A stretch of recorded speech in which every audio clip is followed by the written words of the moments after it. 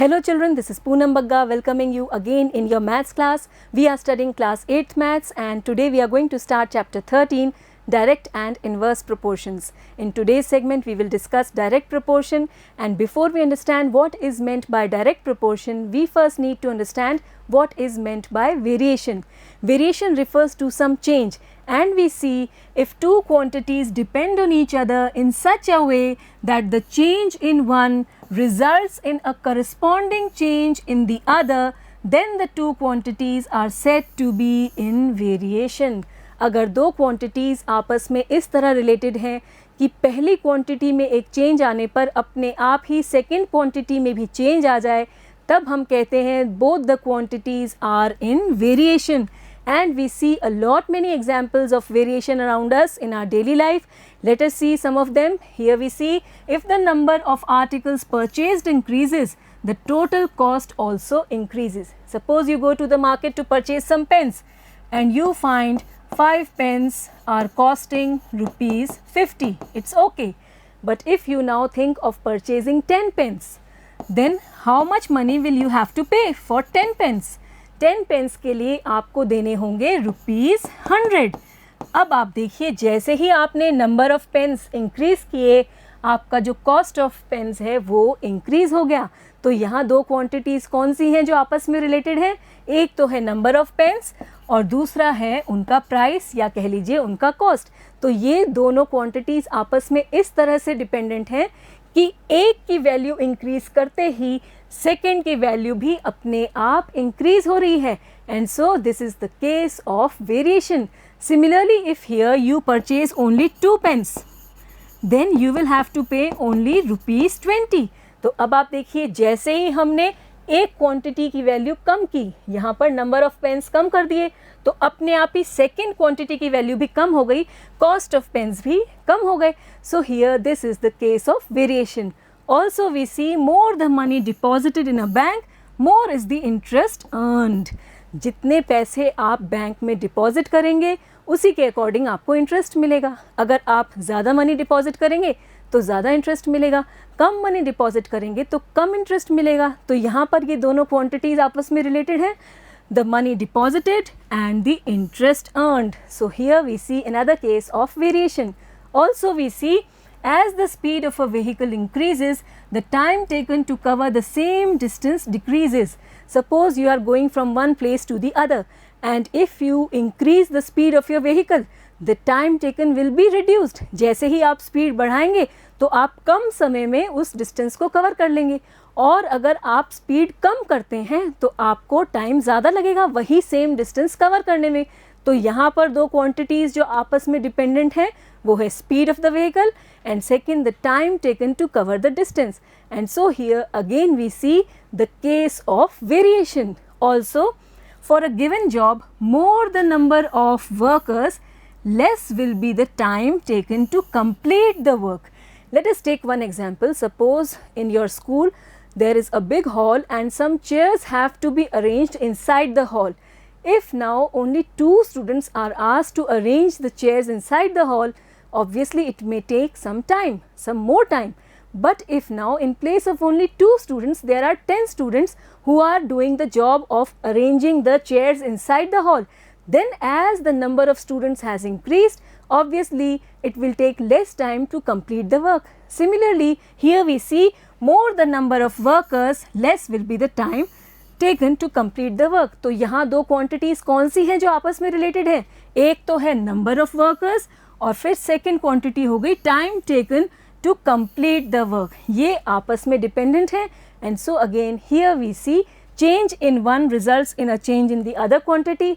This is a case of variation. Observe that a change in one quantity leads to change in the other quantity. ये सभी examples हैं variation के. अब इन examples में से direct proportion के examples कौन से हैं वो हम समझते हैं.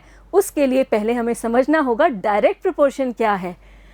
Two quantities x and y are said to be in direct proportion if whenever the value of x increases or decreases, then the value of y increases or decreases in such a way that the ratio x upon y remains constant. What is being said here, अगर दो quantity आपस में इस तरह related हैं कि एक quantity x की वैल्यू इंक्रीज़ हो तो अपने आप ही y की वैल्यू भी इंक्रीज़ हो, या x की वैल्यू डिक्रीज़ हो तो y की वैल्यू भी डिक्रीज़ हो, इस तरह से कि ये जो रेशो है x अपॉन y हर सिचुएशन में सेम आए, सेम कांस्टेंट मिले हमें, we say that x and y are in direct proportion if x upon y is equal to k.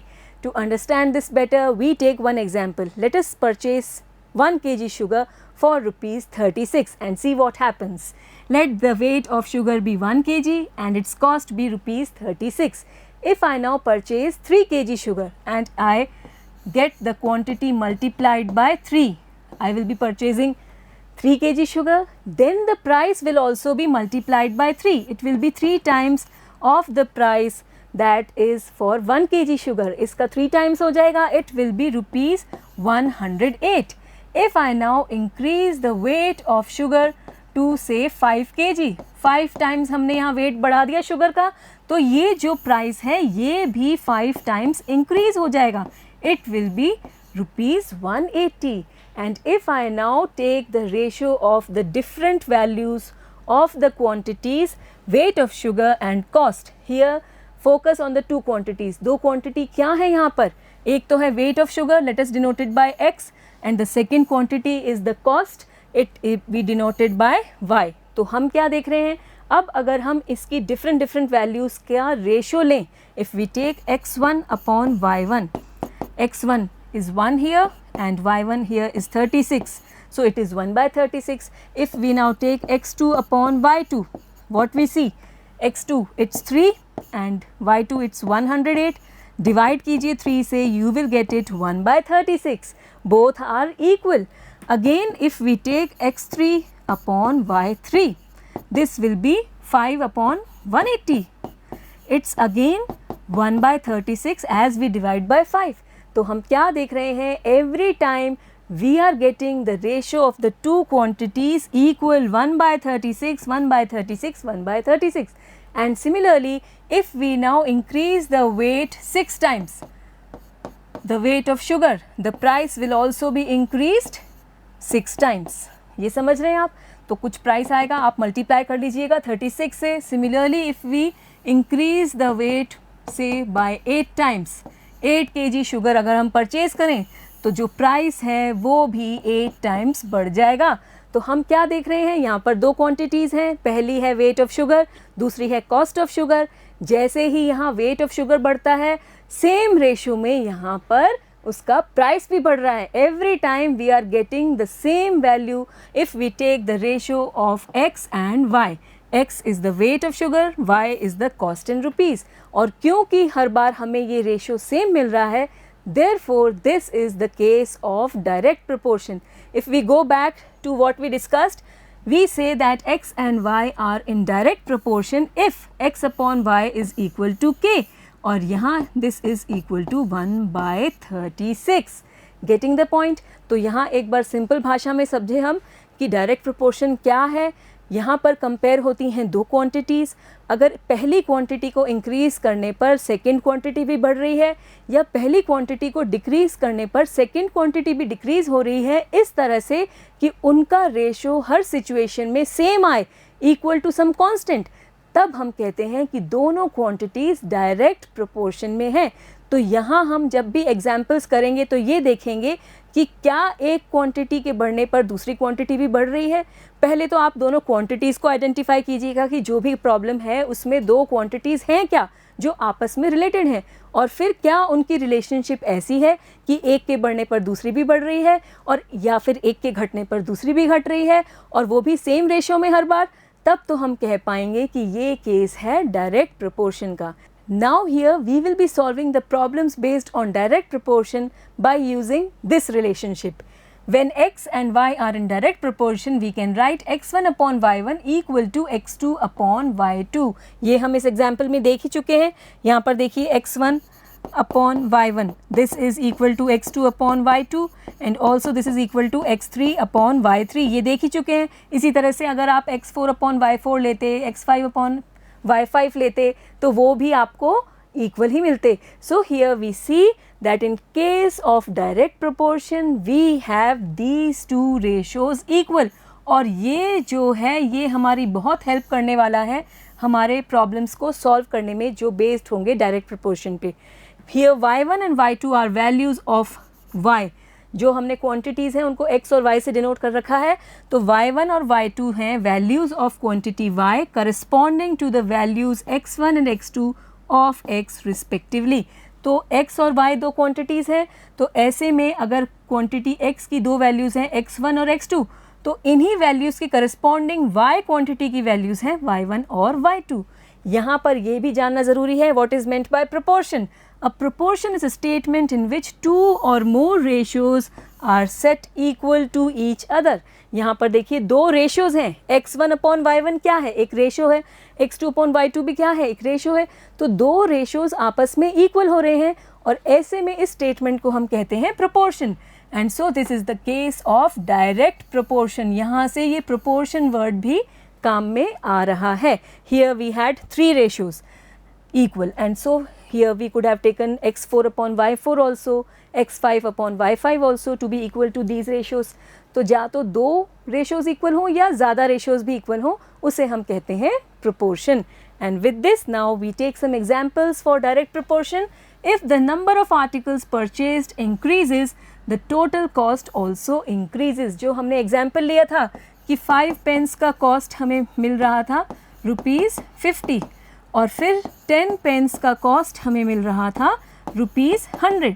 यहाँ हम देख रहे थे कि जैसे ही हमने नंबर ऑफ़ पेन्स इंक्रीज़ किया वैसे ही यहाँ पर कॉस्ट भी इंक्रीज़ हो गया. और अब अगर हम इनका रेशो लें, देखिए ये है क्वांटिटी x और ये है क्वांटिटी y. x क्या डिनोट कर रहा है? Number of pens. और y क्या डिनोट कर रहा है? इनका कॉस्ट. अब अगर हम यहाँ पर x1 अपॉन y1 लें तो आप देखेंगे it will be 5 upon 50 equal to 1/10. और ऐसे ही x2 अपॉन y2 लें तो आप देखेंगे इट इज़ 10 अपॉन 100. ये हो गया x2, this is x1, this is x2 और इसी के करस्पॉन्डिंग ये हो गया y1, ये हो गया y2. Now this is equal to 1/10 and what we see here the ratio is coming out to be equal and so we can say x1 upon y1 is equal to x2 upon y2 and so this is a case of direct proportion. यहाँ आप ये ratio भी देख सकते हैं कि x1 upon x2 this is also equal to y1 upon y2. यहाँ पर आप x1 upon x2 लें 5/10 it's 1/2 and 50 upon 100 it's also 1/2. तो ये रेशो भी आप देखेंगे कि इक्वल मिलेंगे in case of direct proportion. Second case example, more the money deposited in a bank, more is the interest earned. यहाँ पर दो क्वांटिटीज़ हम बात कर ही चुके हैं, मनी डिपॉजिटेड और इंटरेस्ट अर्नड. ये आपस में रिलेटेड हैं. जैसे ही एक की क्वांटिटी बढ़ेगी उसी रेशो में सेकंड की क्वांटिटी भी बढ़ जाएगी और इसलिए ये दोनों हैं related by direct proportion. Next, more is the distance covered bye a car, more is the petrol consumed by it. ये भी डायरेक्टली प्रोपोर्शनल है आपस में. जितना ज़्यादा डिस्टेंस कार ट्रैवल करेगी उतना ही ज़्यादा पेट्रोल कंज्यूम होगा. कम डिस्टेंस ट्रैवल करेगी कार तो कम पेट्रोल कंज्यूम होगा. So both are related to each other, both are directly proportional to each other. Also here we see that some important points. Variables increasing or decreasing together need not always be in direct proportion. ऐसा हर बार ज़रूरी नहीं है कि एक quantity की value बढ़ रही हो और साथ ही दूसरी क्वांटिटी की भी वैल्यू बढ़ रही हो तो वो हर बार डायरेक्ट प्रोपोर्शन का ही केस हो. ऐसा हर बार ज़रूरी नहीं है.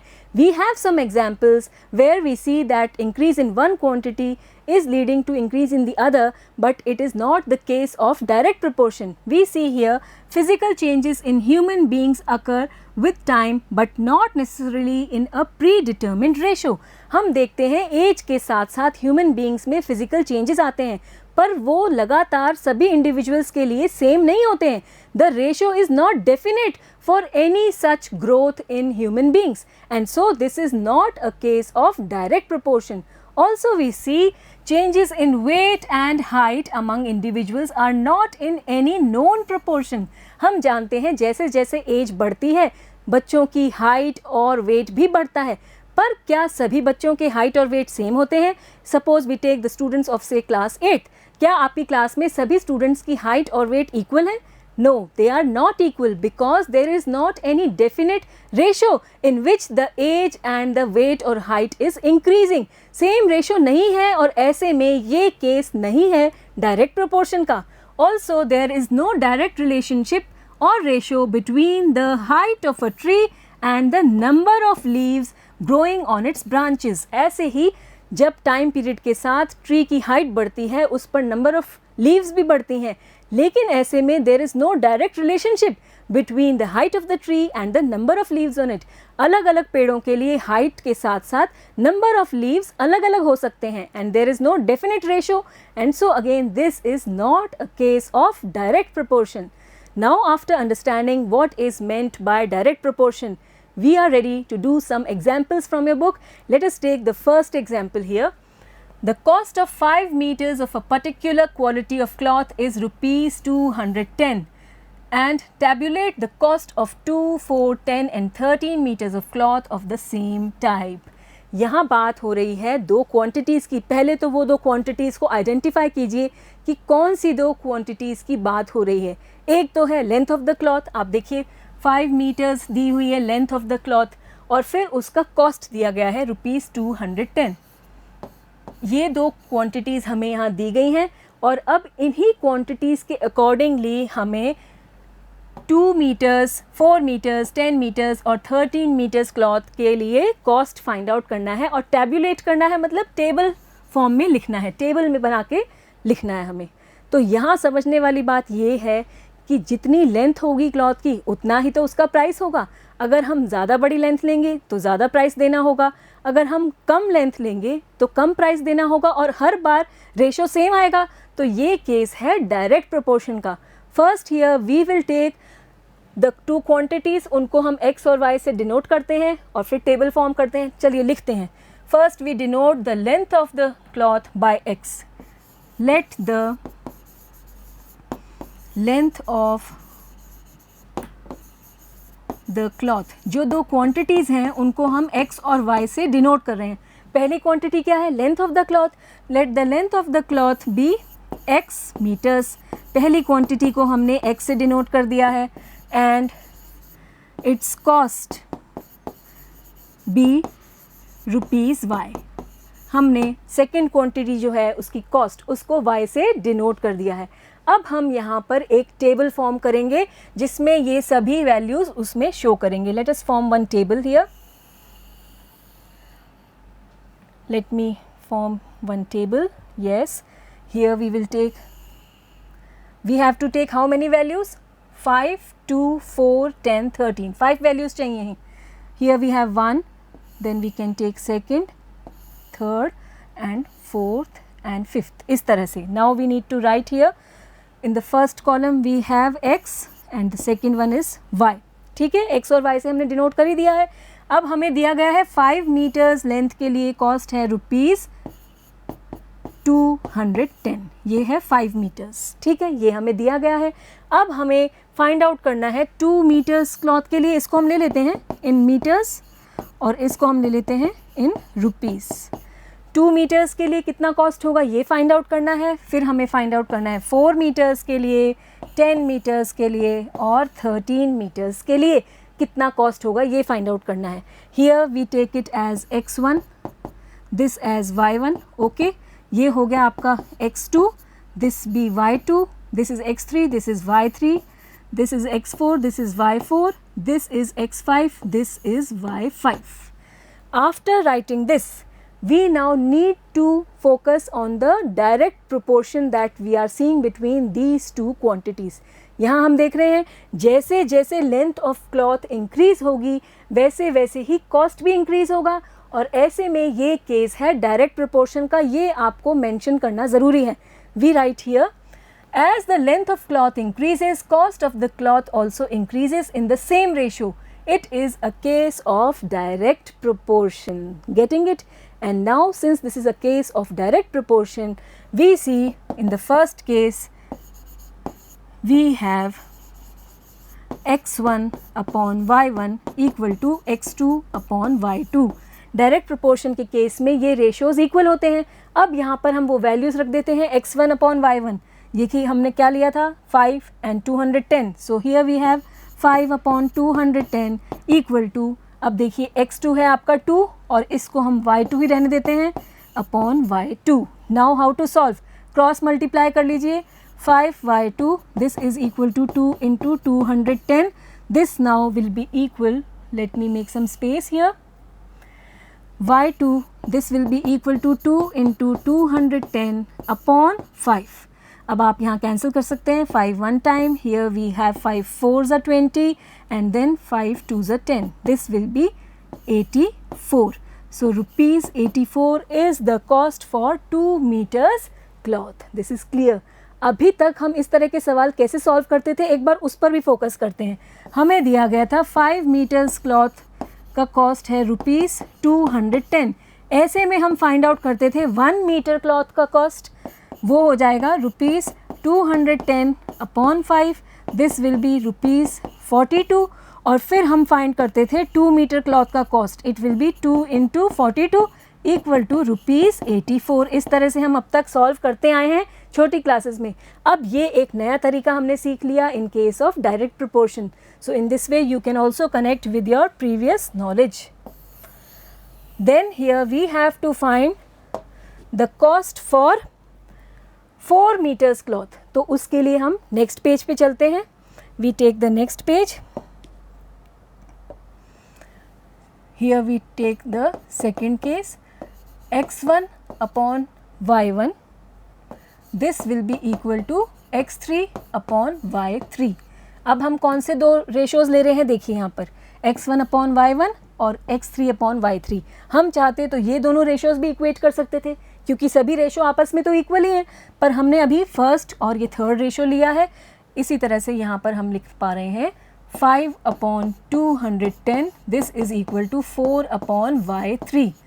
Now on cross multiplying this will be 5y3 equal to 4 into 210. y3 will be equal to 4 into 210 upon 5. This will be 4 into 42. Multiply, you will get it rupees 4 2s are 8 and 168. Rupees 168 is the cost for 4 meters cloth. Next we take the third case. यहाँ पर आप देखिए हमें length क्या दी गई है 10 meters cloth की. अभी थर्ड केस ले रहे हैं जहाँ पर हम लेंगे x4 upon y4. So we write here now x1 upon y1 is equal to x4 upon y4. This implies 5 upon 210 is equal to 10 upon y4. हर बार हम ये रेशोज़ इक्वल रख रहे हैं, डायरेक्ट प्रोपोर्शन का केस है इसलिए, और इससे हमें अननोन वैल्यूज़ मिल रही हैं. 5y4 this is equal to 10 into 210. y4 will be equal to 10 into 210 upon 5. This will be 10 into 42. This will be equal to rupees 420. In this way we have found the cost of 10 meters cloth. अब यहीं पर हम 13 meters cloth के लिए भी find out करेंगे cost, fourth part. और ऐसे में हम relate करेंगे, देखिए यहाँ पर ये रेशो और ये last ratio x1 upon y1 equal to x5 upon y5. आप इनमें से कोई और रेशो भी इसके इक्वेट कर सकते हैं और आपको सेम आंसर ही मिलेगा. We write here also x1 upon y1 is equal to x5 upon y5. This implies now again 5 upon 210 is equal to 13 upon y5. यहाँ से सॉल्व कीजिए आप. What we see, y5 it will be equal to 13 into 210 upon 5. Cross multiply कर लिया तो y5 ऊपर आ गया यहाँ पर न्यूमरेटर में और 5 यहाँ डिनोमिनेटर में. यहाँ से 13 और 210 आपस में मल्टीप्लाई हो गए. Here we have crossed multiplied. Then we have 13 into 42. Multiply 13 2s are 26, 2 carried, 52 and 2 54. So 546. Rupees 546 is the cost for 13 meters cloth. Now we need to write all these answers in the tabular form. We write here we take x in meters and y in rupees. here we have the cost of 2 meter cloth, it is rupees 84. For 4 meter cloth it's rupees 168. For 10 meters cloth we found it to be rupees 420, and for 13 meters cloth we found it to be rupees 546. With this we have done the first question. तो basic guideline क्या रहेगी? पहले आप दो quantities identify करेंगे जिनके बीच में आपको कोई relationship दिख रही है, और वो यहाँ पर क्या है? Length of the cloth and its cost. इनको हमने x और y से डिनोट कर दिया. फिर जो भी इंफॉर्मेशन है उसको टेबल फॉर्म में लिखना है, और फिर हमें इनके बीच में डायरेक्ट प्रोपोर्शन वाली रिलेशनशिप इस्टेब्लिश करनी है. और ऐसे में डायरेक्ट प्रोपोर्शन के केस में ये जो दो रेशोज़ इक्वल होते हैं उसी का कॉन्सेप्ट यूज़ करते हुए अननोन वैल्यूज़ हम फाइंड आउट करते जाएंगे. I hope it is clear. Now we take example 2.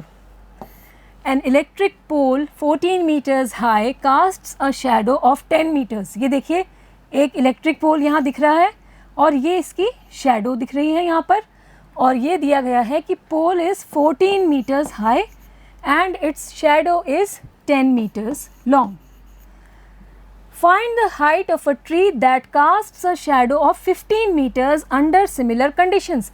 Similar conditions में आप देख रहे हैं ये एक ट्री है और ये उसकी शैडो है, और इस बार शैडो की लेंथ आपको दी गई है 15 मीटर्स. ये देखिए आप, और आपको ट्री की हाइट बतानी है कि ये कितनी हाइट है ट्री की. Getting the point. अब यहाँ पर पहले आइडेंटिफाई कीजिए कि वो दो क्वांटिटीज़ क्या हैं जिनकी बात हो रही है. तो यहाँ बात हो रही है एक तो हाइट ऑफ ऑब्जेक्ट की, कोई भी ऑब्जेक्ट ले लीजिए, इलेक्ट्रिक पोल और ट्री लिया गया है, और दूसरी बात हो रही है लेंथ ऑफ शैडो की. इन दोनों क्वांटिटीज़ की बात हो रही है. अब क्योंकि कंडीशन सिमिलर हैं एट द सेम टाइम, हम देखते हैं कि जितना ऊंचा ऑब्जेक्ट होगा, जितनी ऑब्जेक्ट की हाइट होगी, उतनी ही उसकी लंबी होगी शैडो. जितनी ऊंची उसकी हाइट होगी ऑब्जेक्ट की, उतनी ही उसकी शैडो की लेंथ होगी. तो यहाँ पर दोनों आपस में डायरेक्टली प्रोपोर्शनल हैं, एंड ऐसे में we will be using the ratios x1 upon y1 equal to x2 upon y2. ये रेशियोज़ लेंगे यहाँ पर जो इन्फॉर्मेशन दी गई है उनके बेसिस पे, और यहाँ से अननोन वैल्यू फाइंड आउट करेंगे. अब ऐसे में हमारे पास जो अननोन वैल्यू है उसको कोई सिंबल दे देते हैं, हम x से डिनोट करते हैं हाइट ऑफ द ट्री, और फिर आगे चलते हैं. We take the solution on next page. Let the height of the tree be x meters. Now we represent the information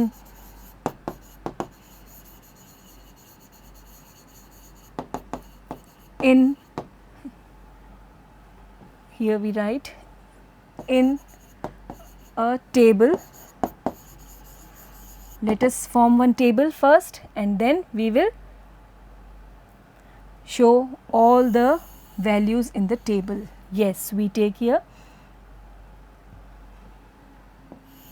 we will have this one, and now first write down the two quantities. What we have? Height of object, पहली quantity तो ये हो गई इन metres. देखिए metres में ही दिया गया है क्वेश्चन में, 15 मीटर्स, 14 मीटर्स, तो ये हो गया मीटर्स में. And then we have length of shadow, again it is in metres. This is the shadow. ठीक है, अब क्या क्या दिया गया है? फर्स्ट आप देखिए 14 मीटर्स हाई है इलेक्ट्रिक पोल और शैडो है 10 metres long. So here we have height of object 14 metres and the length of shadow 10 metres. और ऐसे में here we have to find the height of tree that casts a shadow of 15 metres. तो height of tree हमने x ले ली है और shadow की length हमें दी गई है 15 मीटर्स. देख रहे हैं आप. अब यहाँ पर हम दोनों ही क्वांटिटीज़ में डायरेक्ट प्रोपोर्शन वाली रिलेशनशिप एस्टैब्लिश करेंगे. और कैसे लिखेंगे? We write here, we see more the height of an object. जैसे जैसे ऑब्जेक्ट की हाइट बढ़ेगी, more would be the length of its shadow.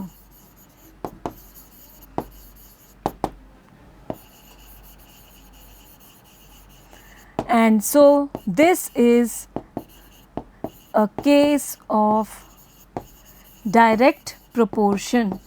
और क्योंकि ये डायरेक्ट प्रोपोर्शन का केस है, हमारे पास यहाँ जो दो रेशोज़ आएंगे इन क्वांटिटीज़ के वो इक्वल होंगे. So we can write here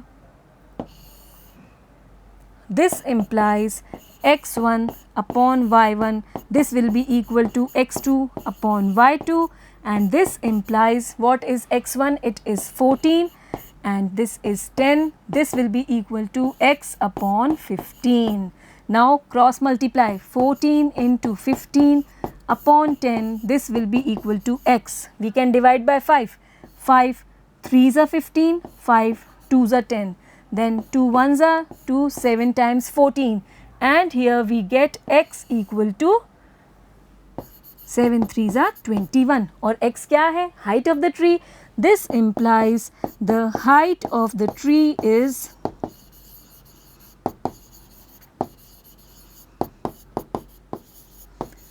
21 meters. एक बार फिर से देखते हैं क्वेश्चन को. हमें यहाँ क्या दिया गया था? एक इलेक्ट्रिक पोल है जिसकी शैडो की लेंथ हमें दी गई थी 10 मीटर्स, और उसी टाइम पर एक ट्री है जिसकी शैडो की लेंथ हमें दी गई थी 15 मीटर्स, और हमें ट्री की हाइट फाइंड आउट करनी थी. यहाँ पर हम देखते हैं कि डायरेक्ट प्रोपोर्शन सेट हो रहा है between the height of an object to the ratio length of its shadow. अब फर्स्ट स्टेप क्या रहेगा? जो भी अननोन है उसको वेरिएबल से डिनोट कीजिए. उसके बाद जो भी इन्फॉर्मेशन दी गई है उसे टेबल फॉर्म में हम लिखेंगे. This will be the pattern of solving these questions. जो अननोन है उसे वेरिएबल से डिनोट कर दिया, फिर इन्फॉर्मेशन को हमने टेबल फॉर्म में लिख दिया, और फिर हम इन क्वांटिटीज़ के बीच में डायरेक्ट प्रोपोर्शन की रिलेशनशिप एस्टैब्लिश करेंगे इस तरह से लिखकर. और फिर हम जब ये एस्टैब्लिश कर लेंगे तो हम ये दो रेशोज़ इक्वेट करेंगे और उससे अननोन वैल्यू हमें मिल जाएगी. Every time we will be following the same pattern. Here we take the next question, example 3. If the weight of 12 sheets of thick paper is 40 grams, how many sheets of the same paper would weigh 2.5 kilograms? The question here says that the weight of 12 sheets of thick paper, it's 40 grams. अगर 12 sheets हैं हमारे पास तो उनका wait है 40 grams. और अब हमसे पूछा है ऐसी कितनी शीट्स होंगी जिनका वेट होगा 2.5 kg. तो वेट दिया गया है 2.5 kg और नंबर ऑफ़ शीट्स हमसे पूछा है. ऑब्वियस सी बात है, अगर वेट बढ़ रहा है तो नंबर ऑफ़ शीट्स भी क्या होंगी? ज़्यादा होंगी. 12 से ज़्यादा नंबर ऑफ़ शीट्स होंगी जिनका वेट होगा 2.5 kg. और अब जो अननोन है पहले उसे हम कोई वेरिएबल से डिनोट करते हैं. Let us take this to be x, कि x नंबर ऑफ़ शीट्स का वेट है 2.5 kg. अब ये सभी इन्फॉर्मेशन को हम एक टेबल में रिप्रेजेंट करेंगे और फिर हम देखते हैं, क्योंकि यहाँ डायरेक्ट प्रोपोर्शन वाली रिलेशनशिप इस्टेब्लिश हो रही है, more the number of sheets the more will be the weight. And so here we see this is a case of direct proportion. तो यहाँ पर इन क्वांटिटीज़ के रेशो लेंगे, वो आपस में इक्वल होंगे और ऐसे में हम यहाँ पर अननोन वैल्यू फाइंड आउट कर पाएंगे. हमेशा याद रखिएगा, प्रोपोर्शन का मतलब दो रेशोज़ को इक्वेट करना है, और यहाँ पर रेशो किसका लेंगे? जो दो क्वांटिटीज़ हैं उनका रेशो लेंगे. दो अलग अलग कंडीशंस में हमें दोनों क्वांटिटीज़ की वैल्यू दी गई हैं. ये फर्स्ट कंडीशन की वैल्यूज़ हैं और ये सेकंड कंडीशन की वैल्यूज़ हैं. तो दोनों ही केस में हम रेशो लेंगे, उनको इक्वेट करेंगे, क्योंकि ये केस है प्रोपोर्शन का और वो भी डायरेक्ट प्रोपोर्शन का, और फिर हमें वैल्यू मिल जाएगी. We take the next page to write the solution. We write here, let the number of sheets which weigh 2.5 kg be x. हमने ये जो नंबर है x मान लिया है, and we now put the information given in the question in the form of a table. तो यहाँ पर दो quantities क्या हैं उनको लिख लेते हैं. पहला तो है number of sheets,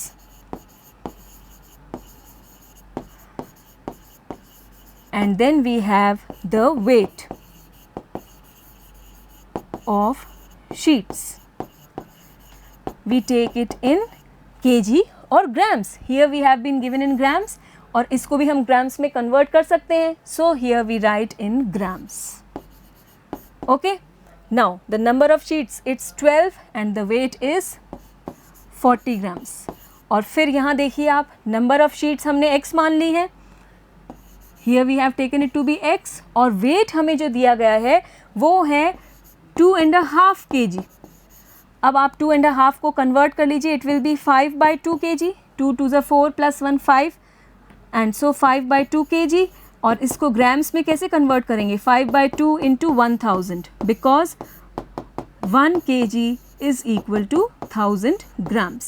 This you should know, and with this we can cancel it 500 times and this will be 2500 grams. So here we can write it equal to 2500 grams. ये clear है कैसे आ रहा है? You can show this or you can do it in the rough part of your work. Okay, now what next? We see more the number of sheets, more would be their weight, and so this is a case of direct proportion. We write here more the number of sheets, the more would be their weight, and so the number of sheets and their weights are directly proportional to each other, or you can write in other words this is a case of direct proportion. और ऐसे में जो दो ratios हैं यहाँ पर हमें मिलेंगे, इन क्वांटिटीज़ के रेशो लेने होंगे दो अलग अलग कंडीशंस में, वो दोनों रेशोज़ इक्वल होंगे. We get 12/40 here. This will be equal to as you can see x/2500. ये दोनों रेशोज़ इक्वल होंगे. फिर से क्रॉस मल्टीप्लाई कीजिए, 12 × 2500 upon 40, this will be equal to x. Cancel this 0 and then you can cancel this 3 times on dividing by 4, and here we get x equal to 750, and so the number of sheets is 750. The number of sheets which weigh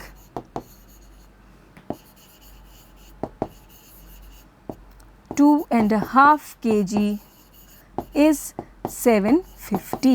This is the final answer. तो हर बार हम क्या देख रहे हैं, जो information है उसको tabular form में लिख रहे हैं हम, और फिर हम देख रहे हैं क्योंकि ये डायरेक्ट प्रोपोर्शन का केस है तो ये जो क्वांटिटीज़ हैं उनके दोनों डिफरेंट सिचुएशंस में रेशो ले रहे हैं वो इक्वल होंगे, और ऐसे में अननोन वैल्यू हमें मिल जाएगी. I hope it's clear. Next we have example 4. A train is moving at a uniform speed of 75 kilometers per hour. Uniform speed है मतलब सेम स्पीड से चल रहे हैं, कम ज़्यादा नहीं हो रही है, और आप देख रहे हैं कि 75 kilometre per hour is the speed. This means in 1 hour the distance travelled is 75 kilometers. How far will it travel in 20 minutes? And find the time required to cover a distance of 250 kilometers. अब यहाँ पर दो quantities identify कीजिए, वो क्या है. पहली तो है, आप देखिए, distance covered by the train. कितना डिस्टेंस, हाउ फार, ये क्या डिनोट कर रहा है, distance covered by the train. और सेकेंड क्वांटिटी है time taken to cover the distance, time taken. ये हैं वो दो क्वांटिटीज़. और क्योंकि यहाँ हम देख रहे हैं कि स्पीड यूनिफॉर्म है तो हम देखेंगे कि जितना ज़्यादा डिस्टेंस ट्रैवल होगा उतना ही ज़्यादा टाइम लगेगा, या कह लीजिए कम टाइम में कम डिस्टेंस ट्रैवल होगा. तो यहाँ पर अब हम अननोन्स को पहले वेरिएबल से डिनोट करते हैं, टेब्यूलर फॉर्म में लिखते हैं, उससे सिचुएशन क्लियर होगी. क्या पूछा है, how far will it travel in 20 minutes. तो डिस्टेंस को हम फर्स्ट क्वांटिटी ले रहे हैं तो x से डिनोट होती है, सेकेंड क्वांटिटी हम y से डिनोट करेंगे. तो how far will it travel in 20 minutes. We assume, we write the solution here. Let the train travel x kilometers in 20 minutes and find the time required to cover a distance of 250 kilometers. तो ये time हम मान लेते हैं y minutes.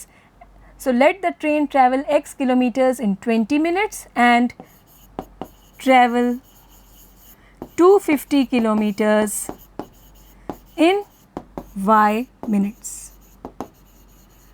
ये हमने यहाँ पर जो डिस्टेंस है उसको x से डिनोट कर दिया और टाइम को y से. अब इसी इंफॉर्मेशन को हम टेब्यूलर फॉर्म में लिखेंगे. We present the given information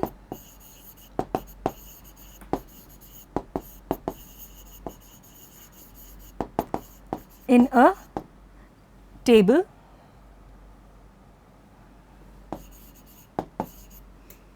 as shown below.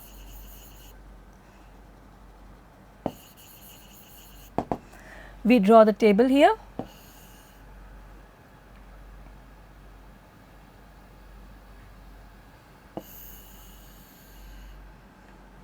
Yes, this is one line, and or we can take it in this way because we have three different cases, so we take it in this way. Now, first thing is distance travelled.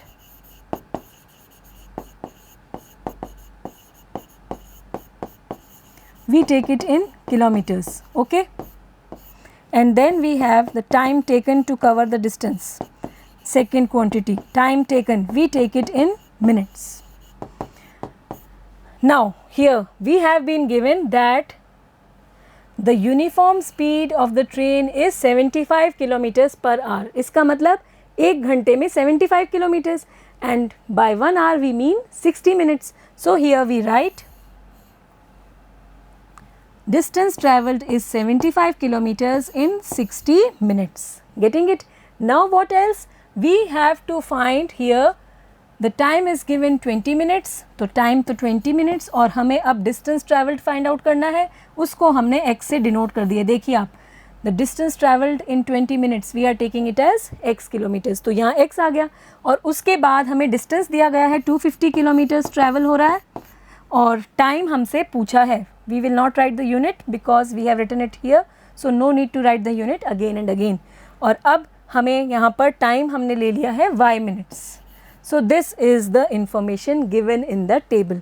अब क्योंकि यहाँ हम देख रहे हैं speed uniform है, तो ऐसे में जितना distance travel होगा उतना ही time लगेगा. The more the distance will be travelled, the more will be the time taken. And so here this is a case of direct proportion. We write it here. Since the speed of the train is uniform, the more the distance travelled by the train, the more would be the time taken. This is a case of direct proportion. ये बताना ज़रूरी है, और ऐसे में क्योंकि ये direct proportion का केस है, यहाँ पर इन quantities के ratio equal हो जाएंगे. We take here 75 upon 60 equal to, here we have x upon 20.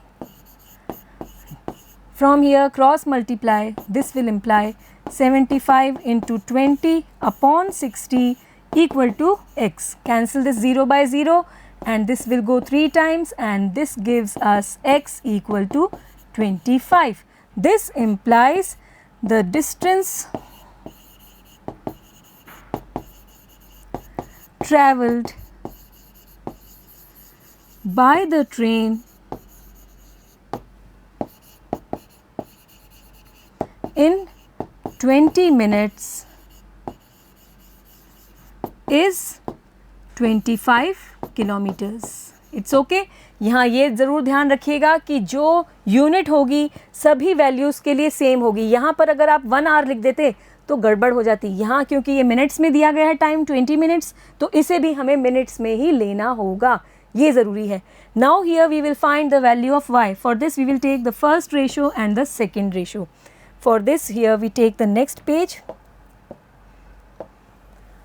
Also we have 75 upon 60 equal to 250 upon y. Again this will imply 75y is equal to 250 into 60, cross multiply कर दिया. This will give you y equal to 250 into 60 upon 75. Now we can cancel here by 15, 15 5s are, 15 4s are. Now this will go 50 times, and this will be equal to 200. So this means that the time taken here is in minutes, 200 minutes. पर हम common language में 200 minutes तो नहीं बोलते, इसे हमें hours में convert करना होगा, और ऐसे में हम इसे डिवाइड करेंगे बाय 60. तो 200 को 60 से डिवाइड कीजिए आप. You will get it how many times? 3 times you will get 180, और फिर 20 बच जाएगा. This means this is equal to 3 hours, और ये जो रिमेनिंग है ये मिनट्स में ही रहेंगे, 20 minutes. This is the time taken, and so we can write here the time taken to cover 250 kilometers is 3 hours 20 minutes. The time taken by the train also you can mention here, by the train. Enter here. The time taken by the train to cover 250 kilometers is 3 hours 20 minutes. I hope the question is clear. Next we take question 5 or example 5. The scale of a map is given as 1:, this is 3 into 10 raised to power 7. You can see the number of zeros, it's 7. So 3 into 10 raised to power 7. This is the scale of a map. Two cities are 4 centimeters apart on the map. Find the actual distance between them. अब यहाँ बात हो रही है एक map की. Map किसे denote करता है? जो हमारी रियल लाइफ पोजीशंस हैं, लोकेशंस हैं, उन्हीं को तो हम यहाँ मैप में शो करते हैं. और रियल लाइफ में जो बड़े बड़े डिस्टेंसेस होते हैं उन्हें मैप में शो करने के लिए हम शॉर्टर वर्जन में ले लेते हैं. बड़े डिस्टेंस को छोटे डिस्टेंस से रिप्रेजेंट करते हैं. और इस केस में इस मैप में 1 centimetre is equal to 300 kilometre. This is the scale. और 1 centimetre is equal to 3 into 10 raise to the power 7 centimetre. क्योंकि यहाँ रेशो है तो दोनों की यूनिट सेम होगी. अगर ये सेंटीमीटर में है तो ये भी हम सेंटीमीटर में ही लेंगे. रेशो सेम यूनिट्स के केस में ही लिया जाता है. और ऐसे में this is the scale given in this map. Now we have been given 2 cities are 4 centimetres apart on the map. Map पर 2 cities दिखाई जा रही हैं. Suppose they are A and B. उनके बीच में मैप में 4 सेंटीमीटर का डिस्टेंस है. पर एक्चुअली में तो कोई 2 cities 4 सेंटीमीटर के डिस्टेंस पे नहीं होती. एक्चुअल डिस्टेंस तो बड़ा होगा. तो अब इस स्केल के अकॉर्डिंग हमें इनके बीच में एक्चुअल डिस्टेंस बताना है. इन दोनों सिटीज़ के बीच में एक्चुअल डिस्टेंस कितना होगा. तो यहाँ आइडेंटिफाई कीजिए कि वो 2 क्वांटिटीज़ क्या हैं. एक तो है distance on the map. Map पर जो डिस्टेंस शो हो रहा है वो. और सेकंड है एक्चुअल डिस्टेंस. तो 2 क्वांटिटीज़ क्या हो गई? डिस्टेंस शोन ऑन मैप, पहली क्वांटिटी तो ये हो गई. और दूसरी क्वांटिटी क्या हो गई? एक्चुअल डिस्टेंस, ये हो गई. तो ऐसे में क्योंकि हमसे ये दूसरी क्वांटिटी पूछी है, distance, actual distance between A and B, we take it to be say y centimetre. क्योंकि हम सेंटीमीटर में ये दी हुई है मेजरमेंट्स, तो ऐसे में हम इसे सेंटीमीटर ही लेंगे. यहाँ क्वेश्चन में आप देखिए सेंटीमीटर में मेजरमेंट दी गई है, तो ये भी एक्चुअल डिस्टेंस हम सेंटीमीटर में लेंगे. अब यहाँ पर डायरेक्ट प्रोपोर्शन होगा between the distance shown on the map and the actual distance. अगर 1 सेंटीमीटर दिस मच डिस्टेंस को रिप्रेजेंट कर रहा है, एक्चुअल डिस्टेंस को, तो 4 सेंटीमीटर किसको करेगा? रेशो सेम होगा, डायरेक्ट प्रोपोर्शन होगा. और ऐसे में हम दोनों रेशोज इक्वेट करेंगे इन क्वांटिटीज़ के और वैल्यू मिल जाएगी. First we take this distance, actual distance between the 2 cities as y centimeter. We take on the next page the solution. Let the actual distance between the 2 cities be y centimeter, and then we form a table to show the information given. First one is distance shown on map, and then the second one is actual distance.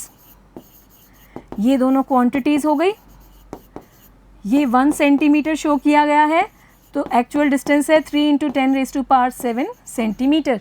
और जब हमें ये दिया गया है 4 centimetre distance between the 2 cities on the map, तो actual distance हम मान लेते हैं it's y centimetre.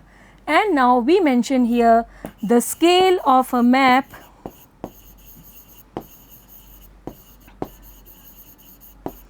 is based on the concept of direct proportion. ये आप समझिए कि 1 सेंटीमीटर जिस डिस्टेंस को, एक्चुअल डिस्टेंस को रिप्रेजेंट कर रहा है, अब अगर 4 सेंटीमीटर हो तो एक्चुअल डिस्टेंस भी तो उसका 4 टाइम्स होगा. ऐसे ही अगर हम 5 सेंटीमीटर की बात करें तो एक्चुअल डिस्टेंस भी तो उसका 5 सेंटीमीटर ही होगा. तो रेशियो एवरी टाइम इक्वल आएगा इन क्वांटिटीज़ के बीच में. And so this is a case of direct proportion. The scale of a map is based on the concept of direct proportion. Therefore we have these two ratios equal 1/3 into 10 raised to the power 7, this is equal to 4/y. बस अब हमें simple है, यहाँ पर थोड़ी सी calculation करनी है, cross multiply कीजिए, 1 into y will be y, 4 into 3 into 10 raised to the power 7, this will be 12 and 7 zeros. This much centimeter, this is the actual distance. पर हम एक्चुअल डिस्टेंस सेंटीमीटर में बात नहीं करते, इसे हमें कन्वर्ट करना होगा किलोमीटर्स में. तो पहले हम इसे मीटर में कन्वर्ट करेंगे, उसके लिए 100 से डिवाइड करना होगा. We have this one 1 2 3 4 5 6 7. इसको पहले मीटर में कन्वर्ट करने के लिए 100 से डिवाइड करना होगा और फिर किलोमीटर में कन्वर्ट करने के लिए 1000 से डिवाइड करना होगा. And with this we will cancel these two zeros, cancel these three zeros. Here we have done it wrongly with these three zeros, and now we will be left with 1200, and so the actual distance between the two cities is 1200 kilometers. This implies the actual distance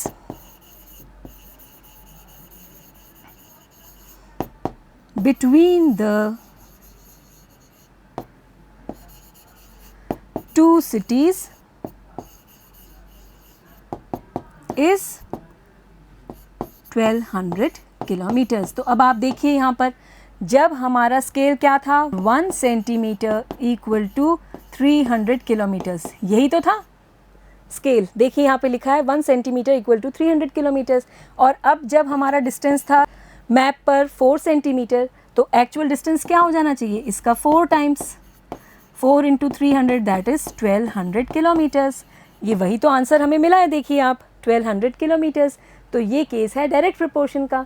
With this we complete the examples based on direct proportion. I hope the concept is very much clear, and now in our next video we will take up exercise 13.1 based on this concept. Practice those questions once on your own and we will meet in our next class. Thank you for watching. Bye for now.